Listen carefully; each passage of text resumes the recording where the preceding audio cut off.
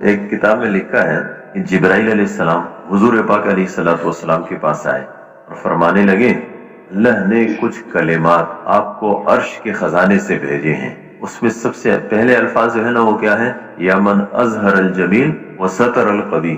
شیخ الحدیث مولانا زکریا صاحب رحمۃ اللہ علیہ جنہوں نے فضائل اعمال لکھی ہے، یہ مکی مسجد میں تھے. عصر کے بعد کا ٹائم تھا، لوگ آ رہے تھے، ان سے مصافحہ کر رہے تھے، وہ ہاتھ ملا رہے تھے. مولانا احسان صاحب ان کے ساتھ بیٹھے تھے. شیخ الحدیث صاحب کی زبان حرکت کر رہی تھی.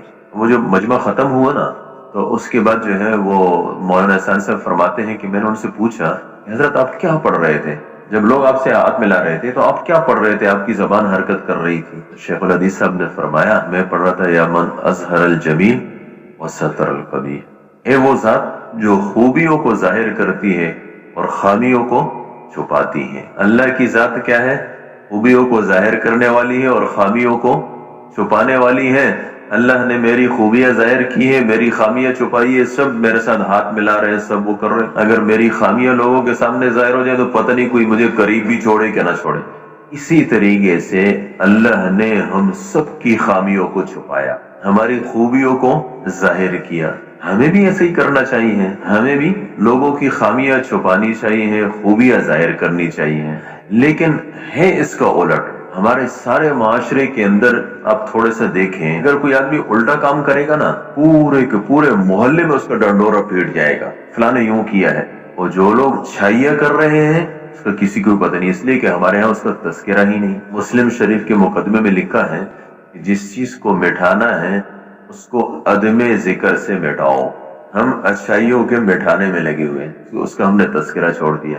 اور برائیوں کے پھیلانے میں لگے ہوئے ہیں، اس لیے کہ جس کو بولا جاتا ہے وہ چیز پھیلتی ہے. ہم برائیاں بول رہے ہیں تو برائیاں پھیل رہی ہیں.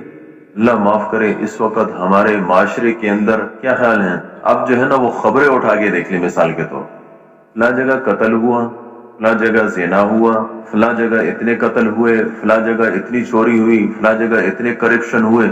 اس سے ہماری خبریں بھری ہوئی ہیں، اس سے ہمارا معاشرہ بھی بھرا ہوا ہے، اس سے ہمارا تذکرہ بھی بھرا ہوا ہے. باہر ملکوں میں ہمارے ملک کے بارے میں جو تذکرہ ہوتا ہے وہ برائی کا ہی ہوتا ہے، اس لیے کہ یہاں سے جانے والی ساری کی سارے خبریں برائی کی ہیں. ایسا نہیں ہے. کیا ہمارے معاشرے کے اندر ایسے لوگ نہیں ہیں جنہوں نے ملازمت کی اور ابتدا سے لے کر انتہا تک نہ انہوں نے کرپشن کی؟ ایسے لوگ ہیں جنہوں نے اپنی جانوں پر کھیلا، لوگوں کی زندگیاں بچائی. اس کا کوئی تذکرہ نہیں. جس نے اپنی ساری نوکری صحیح کی اس کا کوئی تذکرہ نہیں. یعنی خوبیوں کا تذکرہ نہیں ہے، خامیوں کا تذکرہ ہے.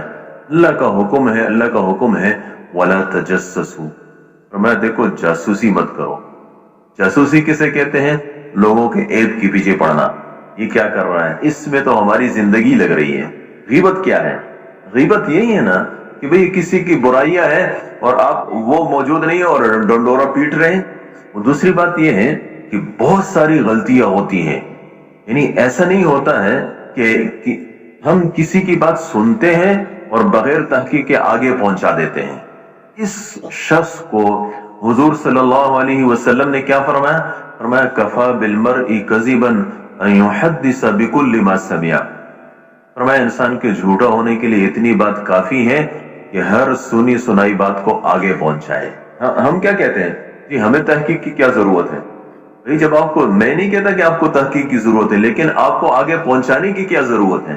کس نے آپ کو کہا کہ آپ کے اوپر برائی سنو تو اس کا آگے پہنچانا آپ پر فرض ہے؟